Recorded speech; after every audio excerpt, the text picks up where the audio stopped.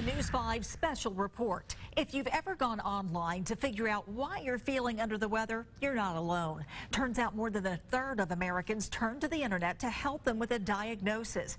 And according to a study by the Pew Research Center's Internet and American Life Project, out of the people who went online to find out what they suffered from, 46% said it led them to believe they needed help from a medical professional. 38% said they thought they could treat it at home, and 11% of the people were just in between. So, with nearly half of those participants saying the results led them to believe they needed medical help, it raises the question, how accurate are online medical apps? As News 5's Emily DeVoe reports, 2 local doctors are conducting a study never done before to find out if the apps are causing you an unneeded trip to the ER. Suspicious for a couple of... Healthcare is always evolving. But the rise in online symptom checkers might be hurting more than helping. That's according to doctors Andrew Berry and Brooks Cash. These symptom checkers are so ubiquitous.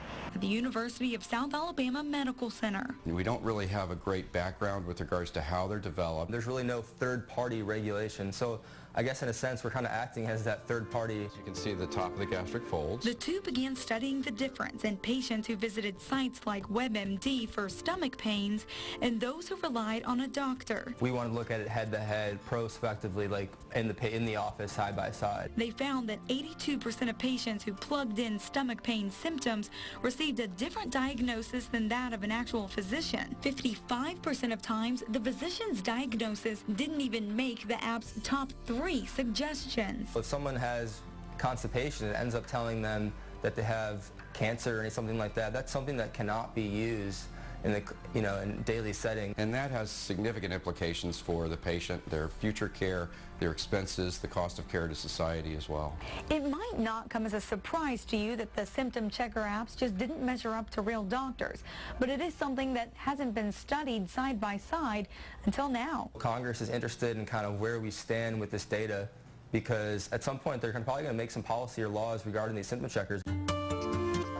Across town, Dr. Darren Waters says he has a better alternative. Every shift I work, somebody goes to WebMD, and sometimes it's legitimate and they need to be seen.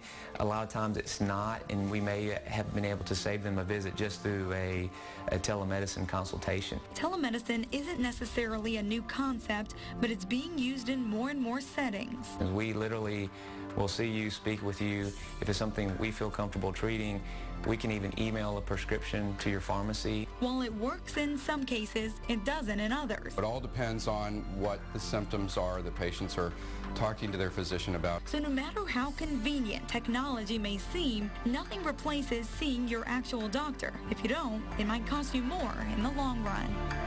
In Mobile, Emily DeVoe, News 5. We reached out to WebMD, and a spokesperson said they'd get back to us with a statement, but we did not hear back before our deadline. WebMD's website does have a disclaimer to seek a medical professional if it's an emergency, and has a list of doctors in your area.